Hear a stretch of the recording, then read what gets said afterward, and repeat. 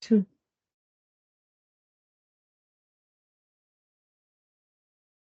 Hello, good morning. Welcome to everybody. Before we start, can you just give a thumbs up if you can see us and hear us okay?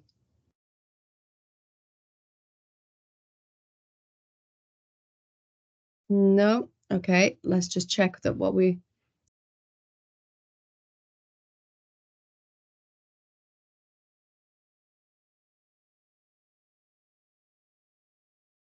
Okay, let's try again. For technical purposes, hello, good morning.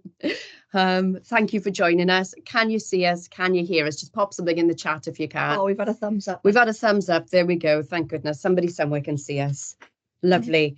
Okay, so thank you for being with us. Just briefly, some introductions. My name is Mel Fletcher.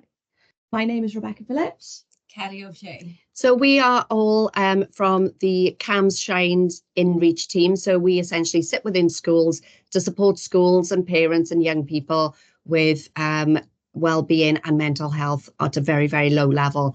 And ultimately, one of the biggest things that we see and hear within schools and when we meet with parents is, my child doesn't sleep. So hopefully, interestingly, while we were just having a bit of a chat, Kelly says, I don't think I know much about sleep. And I said, well, I'm sure that's the thing you've done most consistently since you were born, Kelly. So, you know, and isn't that the case for all of us? We all do it. We've been doing it since the dawns of time, since the day we were born. And yet we seem to know so very little about it. And so many of us have so many struggles about it. So that's where we're at the moment. So before we start, just a few housekeeping, little bit of housekeeping. There we go. So obviously respectful within within this sort of forum about confidentiality. What we would ask is that if you've got any questions, we'll try and hold off to the end where we will deal with them in the chat. Please, we do ask that you don't use any identifying information either about your child or your child's school. But we can't, you can ask general or generic questions as long as it's sort of, not identifiable. If we could ask you all as well to just keep your microphones on mute just for feedback. We're easily distracted. So, yeah, that would be really helpful. And also our workshop is currently being recorded as well. So if you know that, that's more anxiety provoking for us than it is for you, believe us. Okay. So here we go. Oh, thank you, everyone. So first we're going to start thinking about the facts and figures around sleep hygiene and really begin to think about its relevance and its importance in terms to emotional health and well-being. Okay, so what we know is that generally it's recommended that adults up to the age of 64 need on average around 7 to 9 hours sleep per night. In reality, the latest research, however, has shown that almost 1 in 4 children in the UK aren't getting enough sleep. 25% of adults in the UK cite money and concerns about money as negatively impacting on their sleep. And 66% of children and adolescents cite poor sleep as negatively impacting on their mental health. 37% of adults in the UK cite work as reducing the amount of control they feel they have over their sleep. And interestingly, sorry, Beck, to interject, but when we look at the statistics for children, so 1 in 4 children, if 25% of the childhood population are not sleeping, that's pretty much, you can guarantee 25% of parents are also missing out on sleep. So, because children, as we very well know, if they are not sleeping well, they poking you, they prodding you. Can I come and sleep with you? I'm unhappy. So it impacts, it impacts on your sleep as well. So as parents, it's really, we recognize, we're all parents ourselves as well as professionals. We all recognize that massive implication of your child doesn't sleep and it's exhausting for you, is exhausting. Or even if your child actually does go to sleep that night, but you're there laying there ruminating, thinking, what time are they going to wake up? What's going to happen to my sleep? Is my sleep going to be interrupted?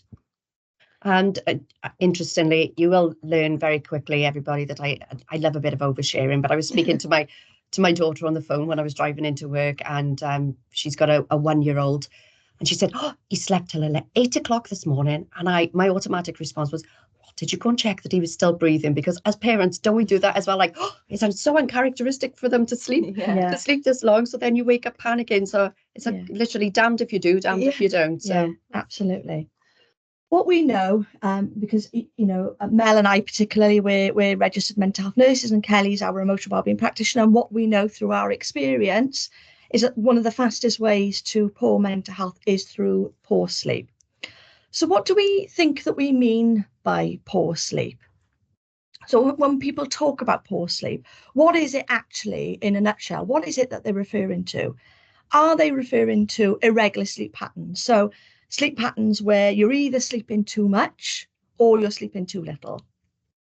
Are we talking about instances of broken sleep? So instances where perhaps the children, young person or adult is able to initiate sleep, but then perhaps isn't able to sustain sleep all the way through the night. And so they're waking up, and then we're hearing sort of chatter around, conversations like, oh, I saw every hour of the night.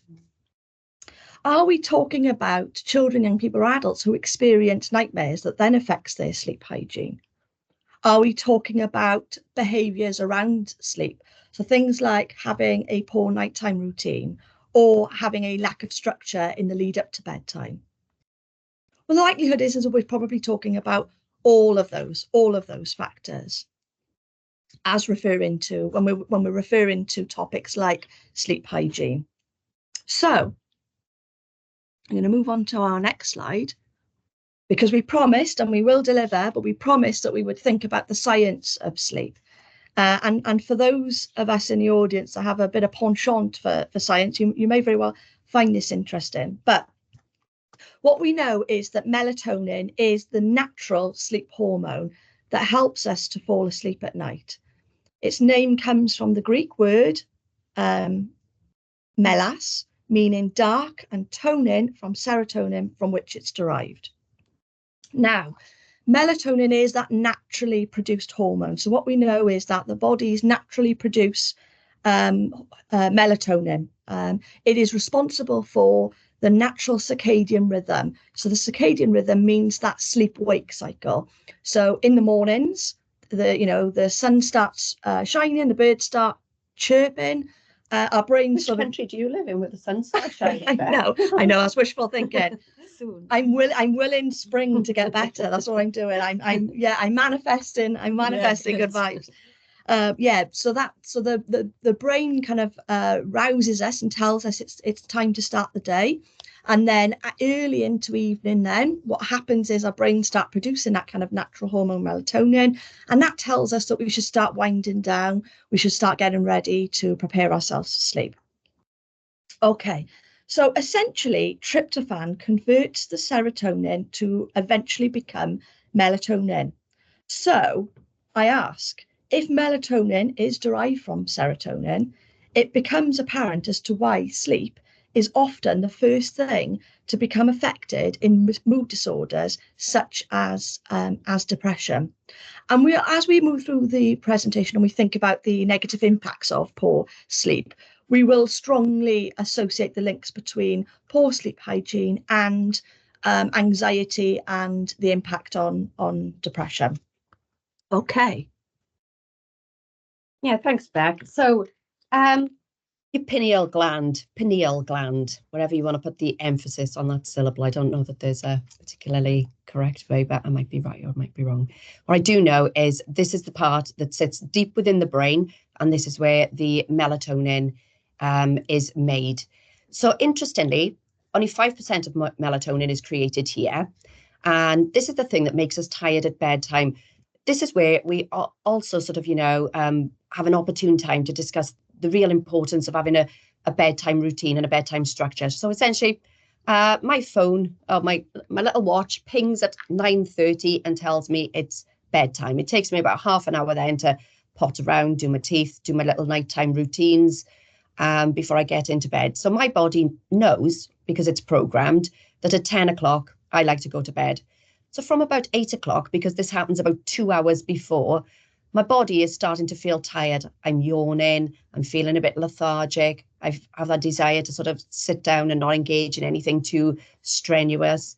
And that's my body's way of recognizing that that is the routine that I have put myself in. So approximately 2 hours before your regular bedtime, you will start to feel tired. Now, if my routine was that I went to bed at 11, I'd likely feel tired at 9. If my routine was that I went to bed at 9, I'd likely feel tired around 7 o'clock.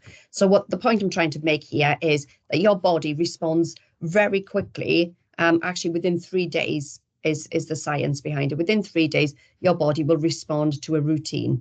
And sort of we see this when we try to sort of train babies and, to sort of get into a routine. The sleep specialists say that, the structure and routine is probably the most important, well, it's not probably, it's definitely the most important thing. So moving on. So the melatonin is released from this gland. It comes into your circulatory system. So the clues in the title is circulatory, it circulates. Okay, so that's basically what that means there.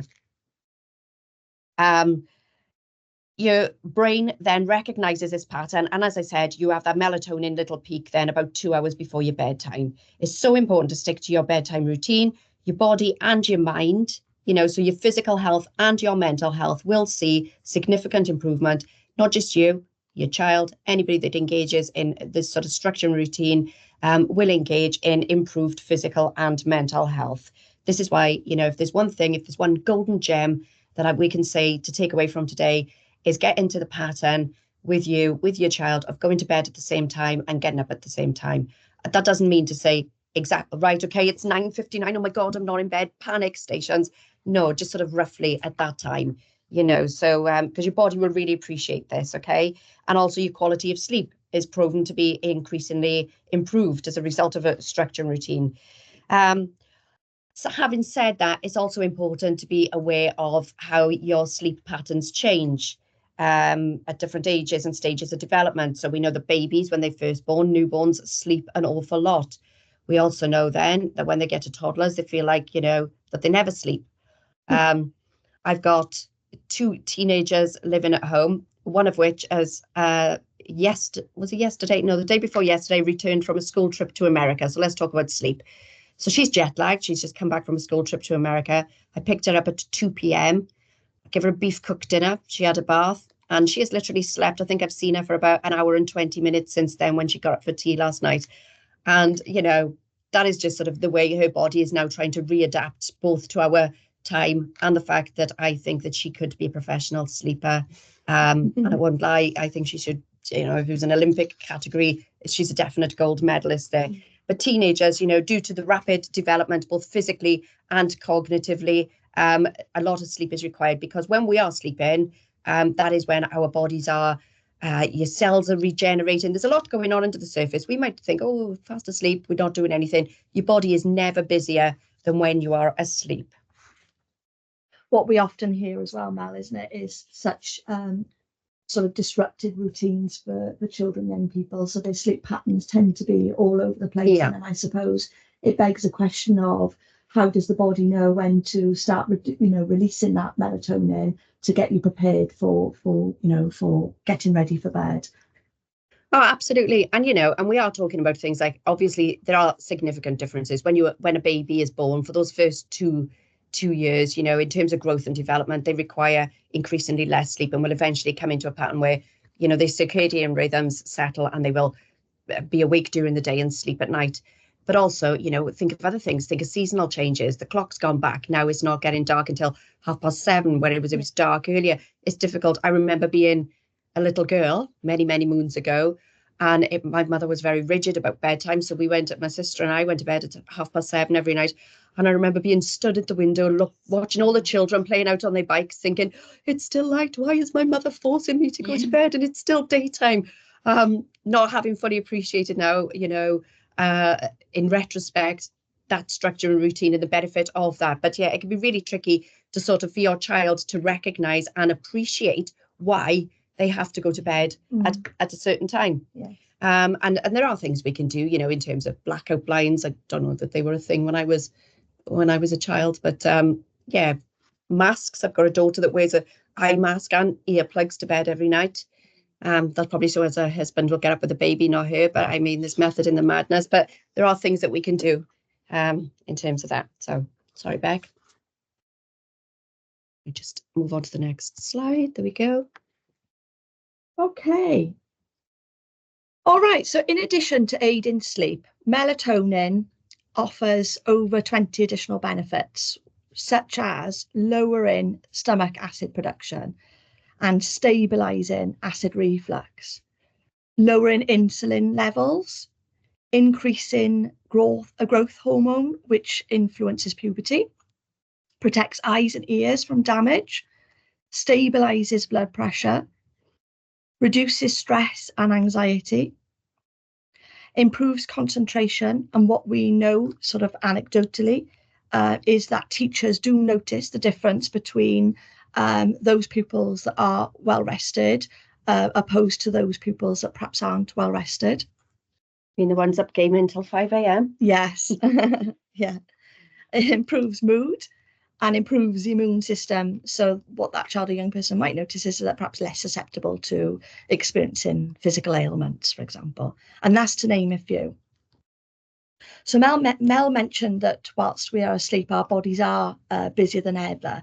But what we know is that for children and young people where their sleep hygiene perhaps isn't where we would like it to be as the trusted adults around that child or young person, what we know is that poor sleep can contribute to issues in childhood, such as problems with anxiety and depression, both in the short term and in the long term.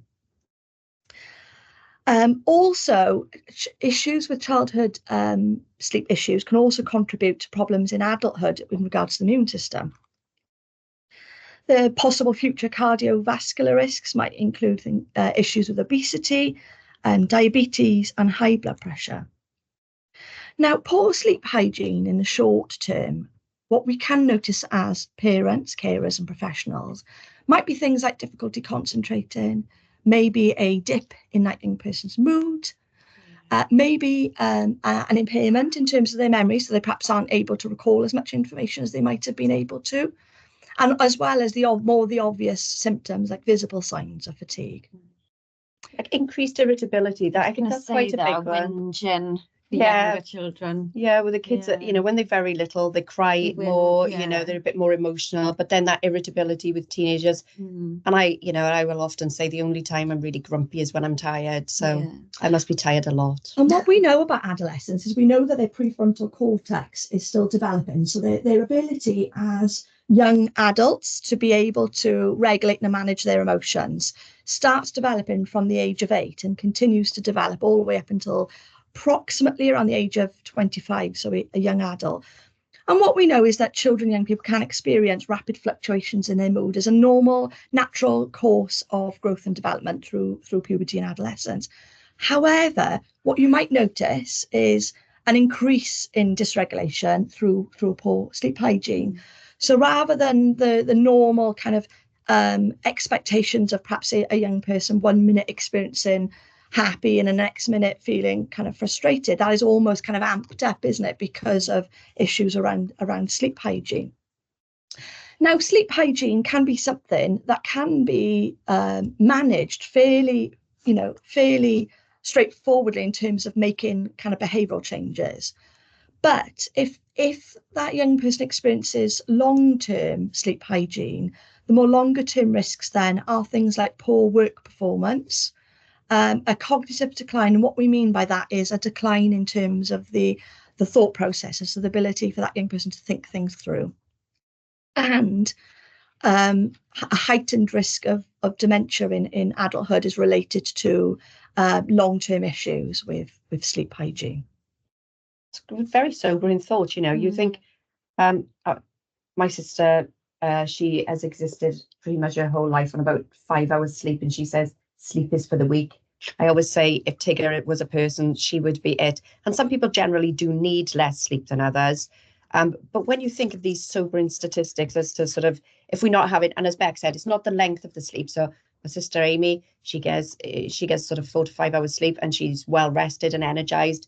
Here I am dragging my weary, aged body out of bed, you know, 5 hours after her, still feeling unrested, you know. So therefore, it's about the quality of sleep. It's about how well rested you are, about, you know, But these are quite sobering things, sobering things that we want, we want to avoid in adulthood. We want to avoid all these physical health implications. Who wants to think, oh, well, I'm subscribing to a life of anxiety, depression, cardiovascular disease, and it's all going to flip and end up in dementia. How depressing, so the good news is it's not all bad news. And I think one of the things that is, we certainly should mention today is what we know through research and what evidence tells us is that there are certain populations in our communities that will struggle with short and disrupted sleep hygiene. What we know is in our population of children and young people with neurodevelopmental disorders, for example, what we know is as a common trait, challenge, is sleep hygiene, isn't it? Very much so, yeah. Is a part. But as Mel reiterated, actually sleep duration, whilst it is important, it's not the be all and end all. It is about sleep quality. And what we know about the natural kind of rhythm of sleep is that we move through a cycle of sleep, which involves periods of light sleep, periods of deep sleep, and periods of vivid dreaming or REM sleep for those of us who might be kind of well aware about sleep patterns.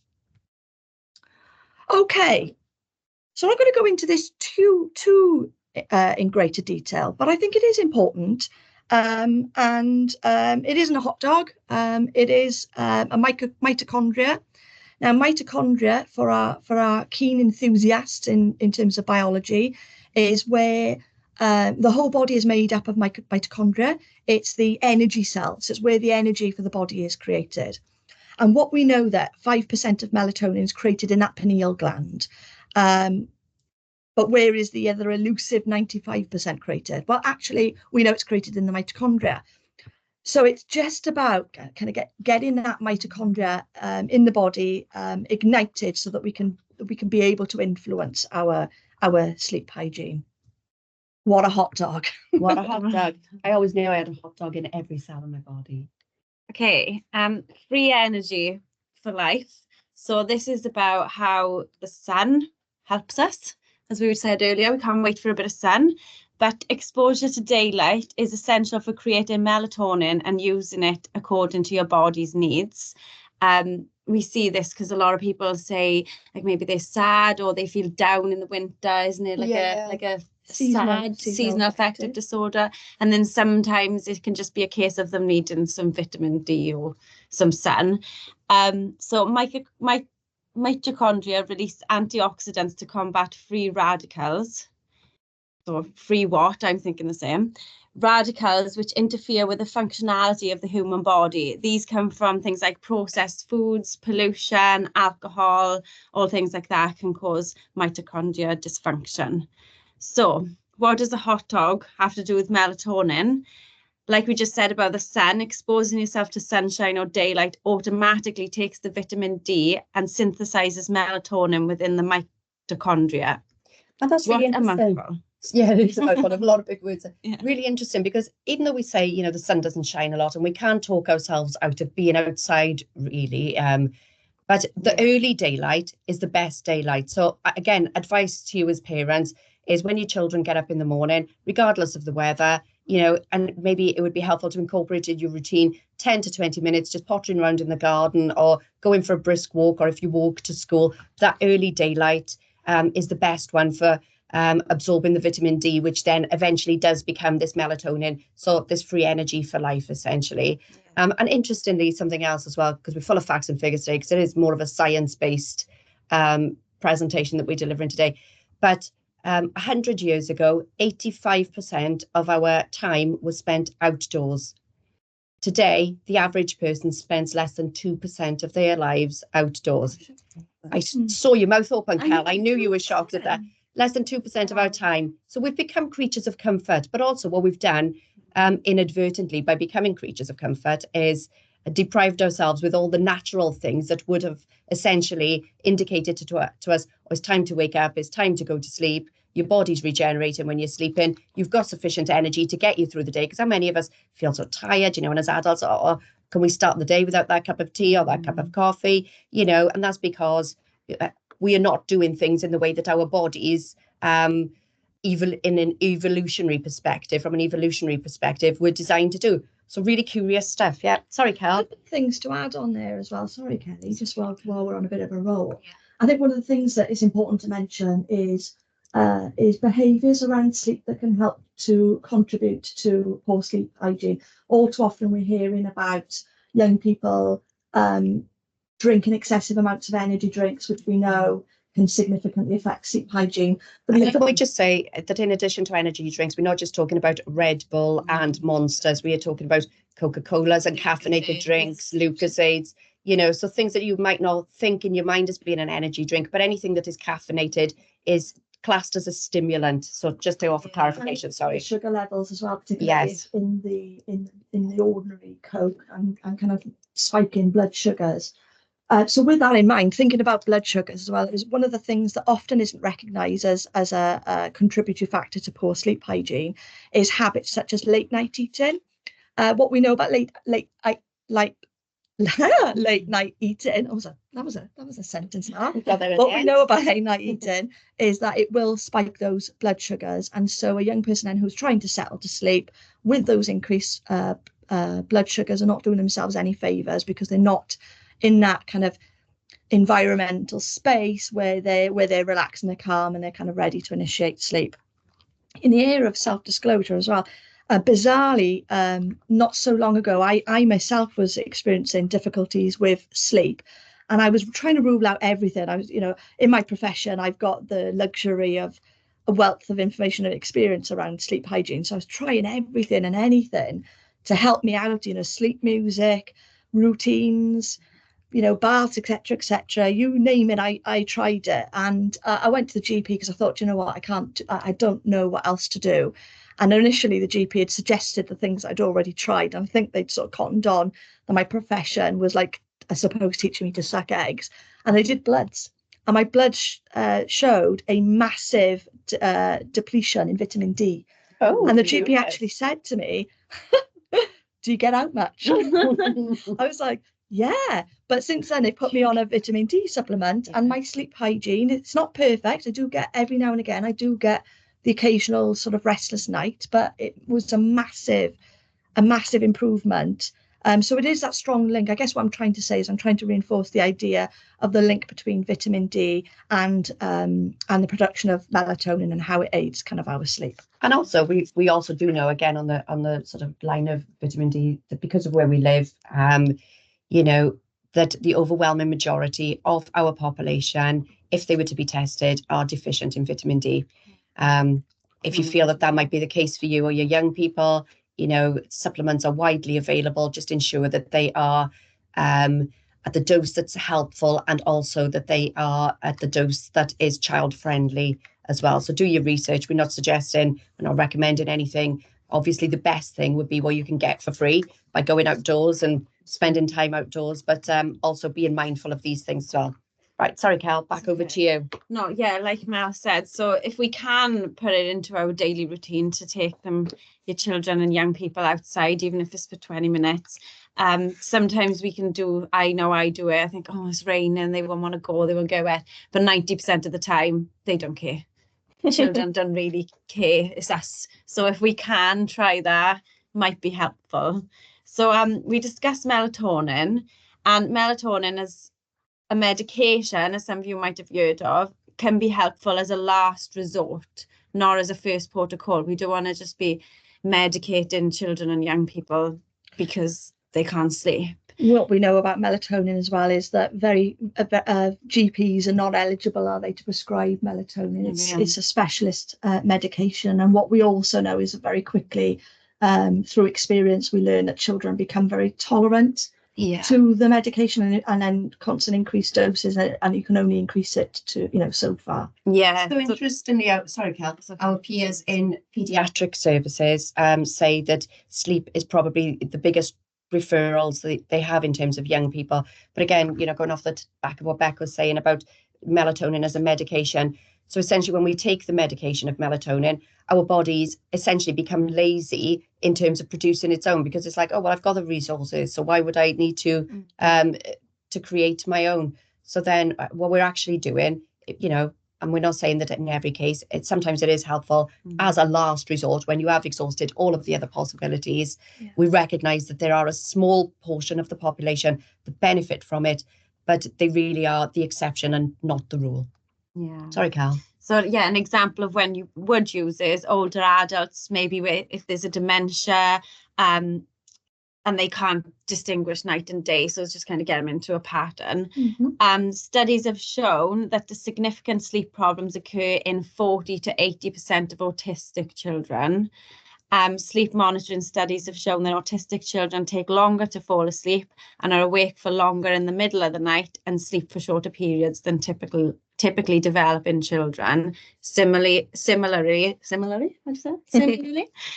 with children diagnosed with ADHD. Now, going into primary schools, I would say this is an issue we hear from parents quite often, of parents with children who've been diagnosed with either autism or ADHD, is that they have problems sleeping. I think that's a big thing.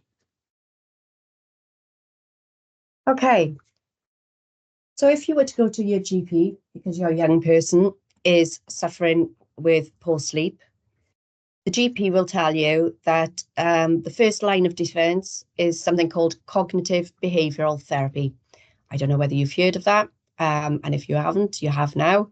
I've put a link and a QR code on the screen. I don't know if you want to sort of take a screenshot or take a photo or any of these, but this is signposted from Mellow Cymru and Space for Sleep. So that will help you with cognitive behavioural therapy to support your child or young person or yourself in terms of where to start to get a valuable night's sleep.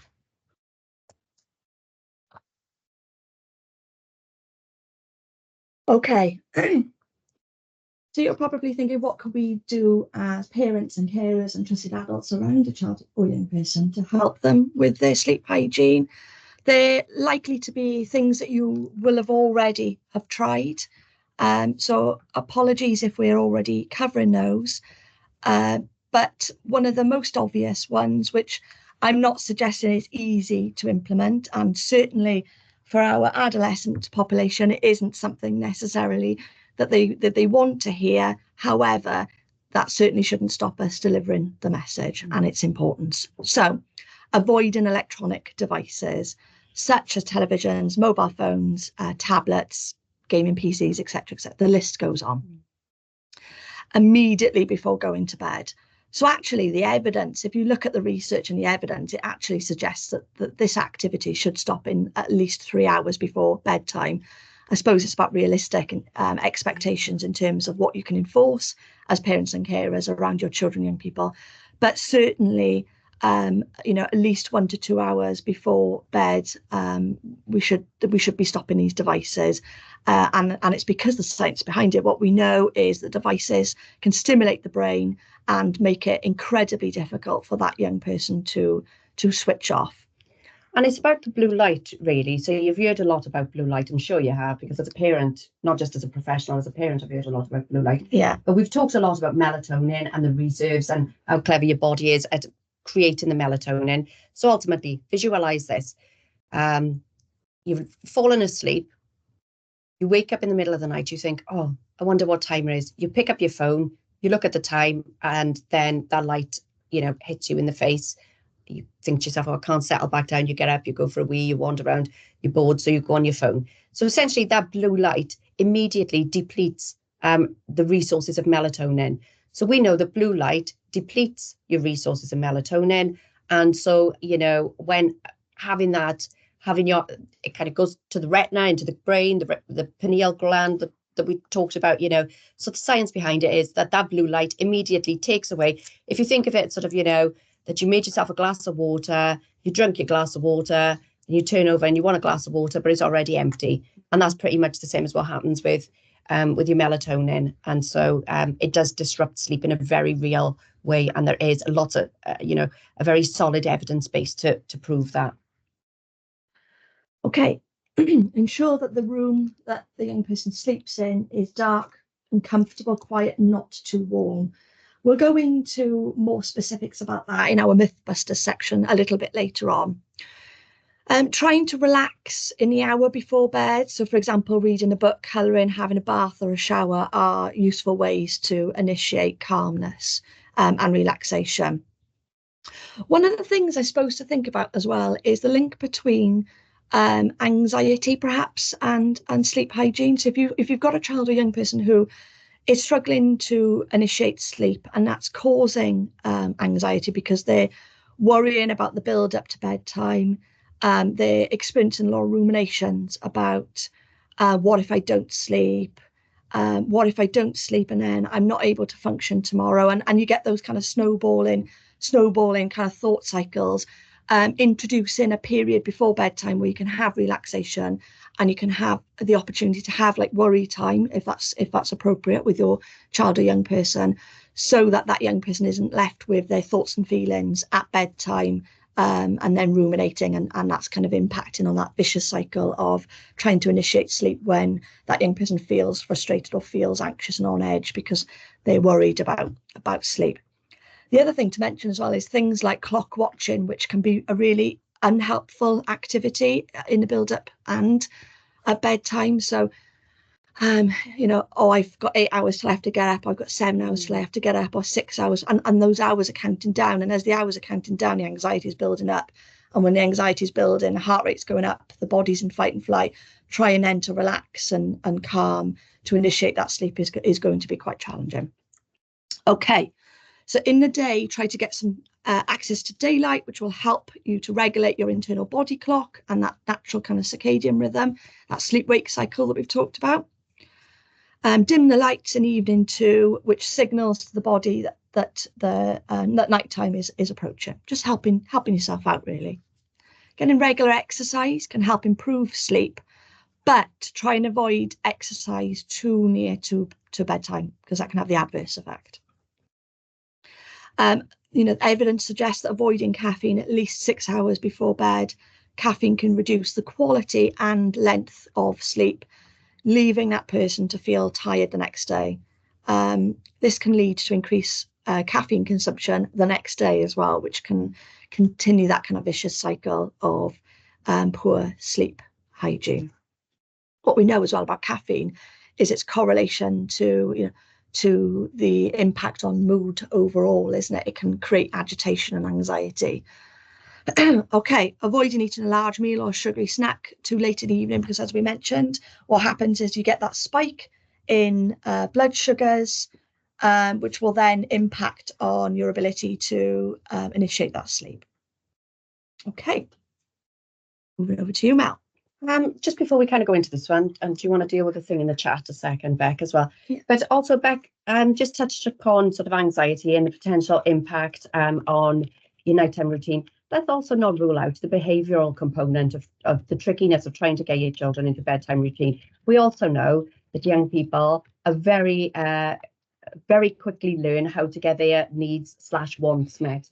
And we hear lots of things from parents, behaviours such as, oh, my child doesn't sleep unless I sleep with them. I have to sit on the landing for X amount of time to make sure that they're sleeping, and again, these are tricky things to navigate, but also differentiating between what is sort of, an anxiety and a behavior allows you to sort of, once you see it what it is, and once, see it for what it is and give it a name, this is a behavior. So what we're going to do is be consistent and persistent, as difficult as it is for us as parents.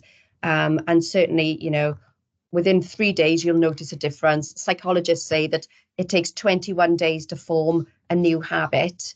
So therefore, if you are consistent and persistent, and you might be, pulled your hair out, you might have no hair and bags under your eyes at the end of it, but think of it like, you will get the return on your investment. Again, if you've got queries about this, what we would say is link in with your school and maybe ask for a meeting with your Shine practitioner, and we can, give further advice, guidance, support if needs be. Okay, so moving on. So when does it all go wrong? When can it all go wrong? So when your mitochondria is not functioning as it should do, this can cause what we refer to as oxidative stress. Again, we don't mean to baffle you with science. Oxidative is just a word that includes oxygen. So then when your body's not able to access as much oxygen, lots of other implications as a result. So when we think about it, to use a similar example, you wouldn't, how many of us, I do this quite frequently, I put my phone on to charge overnight and I forget to put the switch on. So when I get up and I've got like 2%, I'm like, oh my gosh, I forgot to flick the switch. And then my phone is not fully charged and I know my phone is not going to function throughout the day. In the same way, I wouldn't put £10 of fuel in my car and expect it to get me all the way to the peak of Scotland and back. We have to be realistic. So when we put ourselves under this sort of, stress, we are not able to function in the way that we would hope to. And again, some of the things that we've talked about in terms of oxidative stress, so not being able to get enough sort of oxygen throughout your body, are things like potentials for heart disease, cancer, blood pressure problems, diabetes, anxiety and depression.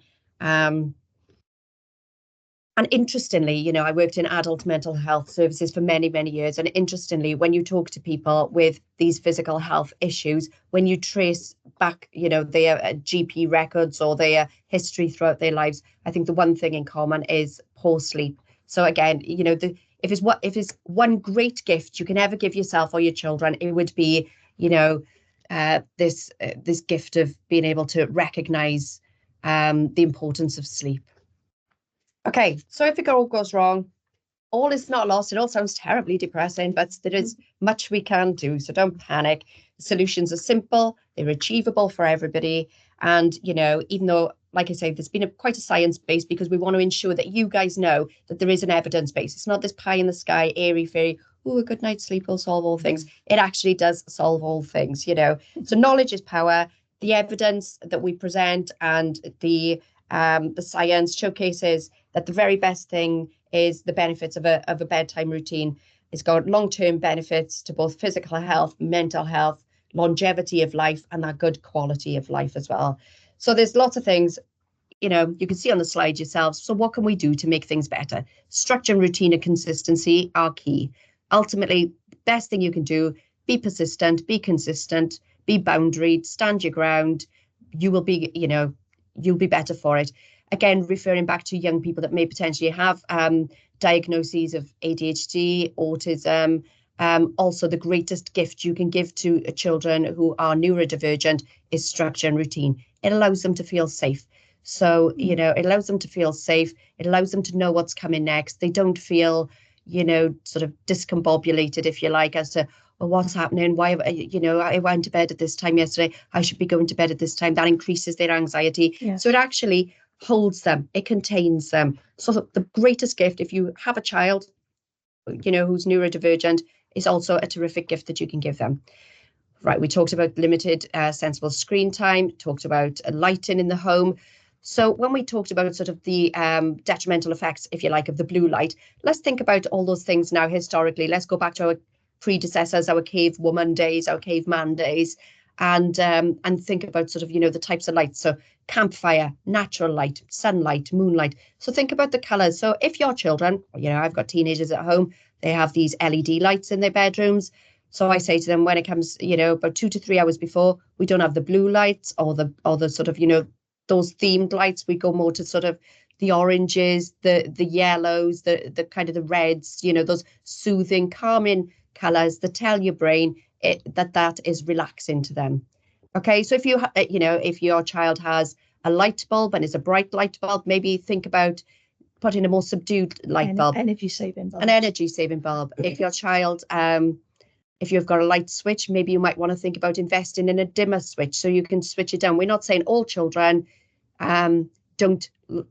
We appreciate that sometimes not everybody likes to sleep in the pitch black.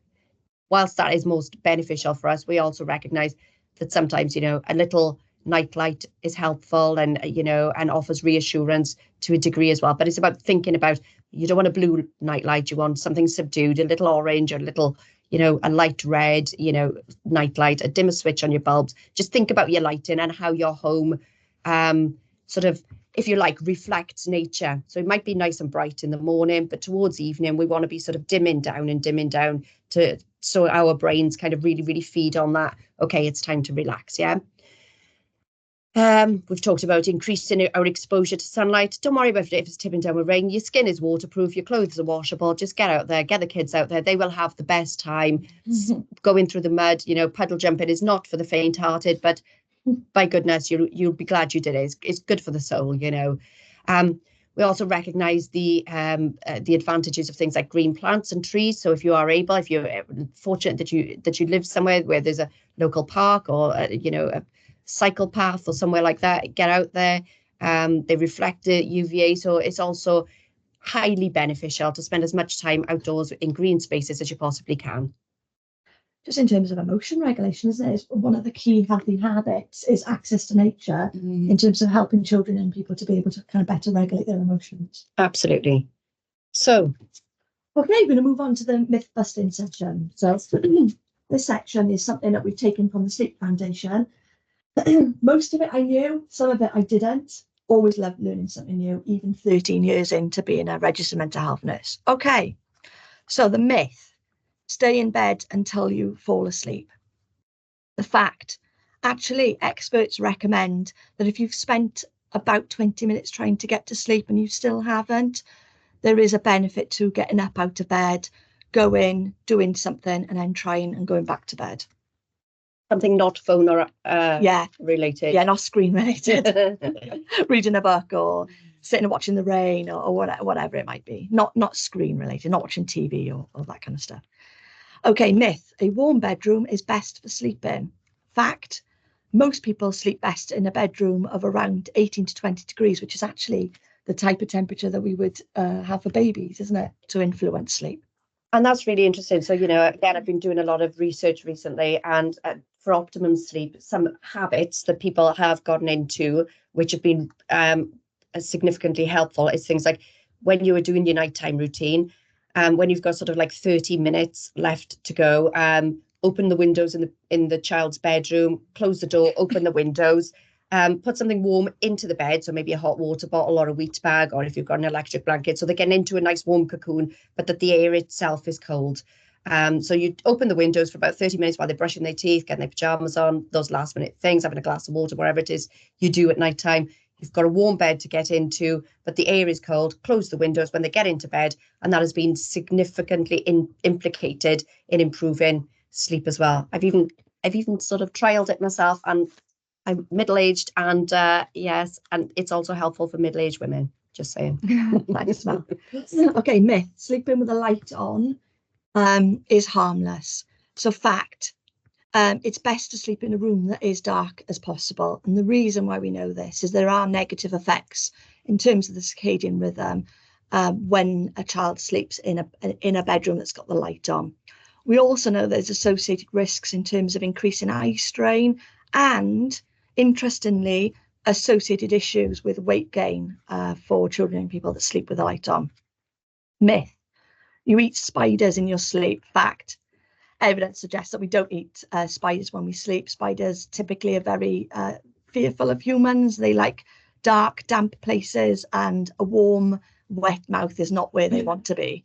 Anywhere near humans, typically. All right, myth. Thank God. That's so, that's the thing you've heard your entire life. You swallow 7 spiders in your lifetime. Yeah, you haven't. Myth. Napping makes up for lack of nighttime sleeping. Fact. Naps are not a substitute for quality sleep at night. And actually what we know, what the research tells us is that napping during the daytime can cause that vicious cycle of interrupted sleep hygiene. What we often hear is children, young people who are sort of gaming or watching TV or doing something late into the evening, are not sleeping until the early hours of the morning and then sort of sleeping late.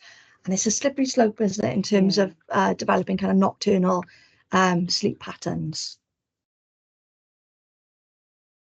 That's it for me in terms of myths. Oh, and the only other thing to add on that, it was not necessarily a myth. It's more of an advisory. So interestingly, one of the things that I learned about yesterday, which I didn't perhaps know about, was showers. So we've recommended perhaps, in terms of soothing, calming, relaxation behaviours, we've talked about things like having a bath and those kinds of things before bed. But actually, one of the evidence-based suggests not to have shower before bed, as this can encourage blood around the body, which can reduce melatonin. So not to have a shower, but have a relaxing bath. Interesting. Yeah. Curious and curious. Curious and curiouser. Okay. Okay, so we come to the end. So in conclusion, from a few tweaks to daily habits and routines, so you're setting your children up for a healthy and happier life just by changing those few little things. I've even been making a few notes of my own of things to change, like the window. I like that. Yeah, Open like I window actually didn't before think bed. about the shower thing, so I'm there thinking, okay, clock that Yeah, now. it's Yeah, like so interesting. even Yeah. the smallest changes could make Yeah. a difference. Obviously it's not going to work. Every single thing isn't going to work for every person. So there's going to be instances where these might not have an impact in some examples. So children with autism, young people who've maybe got a mood disorder, or when children don't feel safe in the environment, or if they've experienced a trauma recently, or physical health issues, things that will disrupt sleep anyway. We're not saying that then if you change these things, they're going to sleep perfectly. There are going to be times where you're going to have bad nights, and not everything's going to be perfect. Yeah, that's You really can. interesting, because I remember speaking to a parent who the young person was having terrible sleep, and it transpired, they lived in a terraced home, and the walls were not terribly thick, and the couple next door would be arguing a lot. And I think, fight and flight kicks in Yeah. a young child. And so their sleep was absolutely dreadful. So, us then saying, oh, have a warm bath and use, don't let them use the phone. I think it seems almost a little bit futile when there's something bigger and more environmental going on. So whilst we acknowledge that there are instances that, that these strategies will not be terribly effective, but overall they really will. So, Yeah. Okay, so we've perhaps mentioned some of the reference points for today, but here are some of the resources and materials that we would actively encourage you to source if some of what you've heard from today has been really of interest to you, and you think, actually, I want to look into this a little bit more.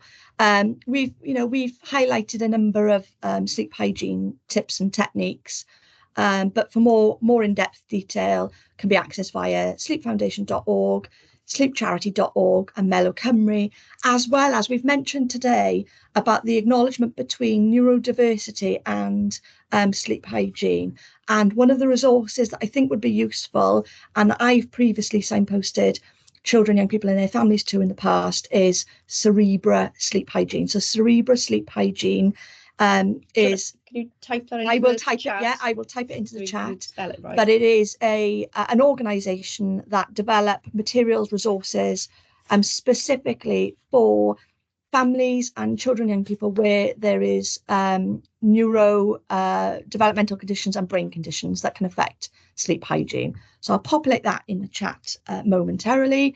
We've also, as part of developing our own resources, which we can share with schools, parents, carers, children, young people. We've also developed our own sleep hygiene resource. The schools have access to these resources. We've made them readily available in each of the schools that we've been in. So please do ask for a copy if you think that would be really useful. It really emphasises the key kind of techniques and tips that we've spoken about here today, but it's always handy to have something to hand to give you a little prompt or a little reminder, or really to validate and empower the techniques that undoubtedly you're already using with your children and young people, I have no doubt. But as Mel said, if you have more specific concerns around your children, young people, that you think, actually, I would benefit from a drop-in with your Shine practitioner in school, please get in touch with the wellbeing lead in your school, or the heads of year, whoever that might very well be, who can then in turn get in touch with us to put measures in place for that. Things like You know, we've touched upon today about the impact of anxiety on sleep, but that's a whole other topic that we could spend an hour and a half talking about, anxiety alone. So if you want some more in-depth advice that's relative to your child, then please get in touch. If you've got any questions or comments, please feel free to put them in the chat. Thank you so much for joining us, and yeah, I hope that you found the presentation useful, but thank you very much.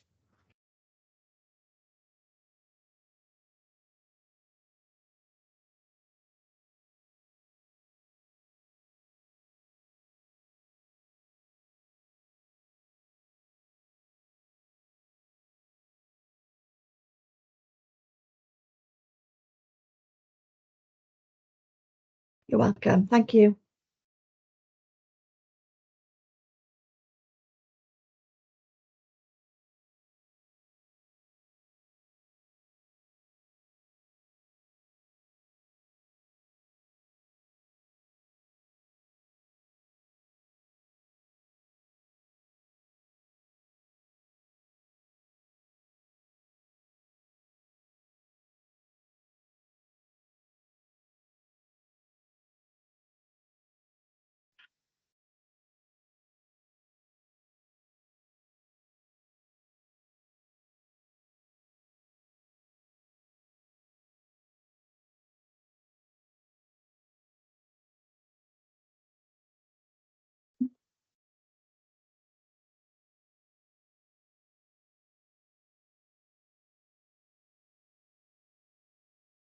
Oops.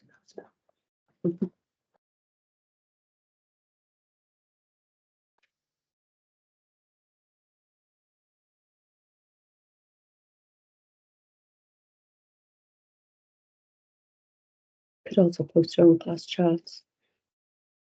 Oh, yeah.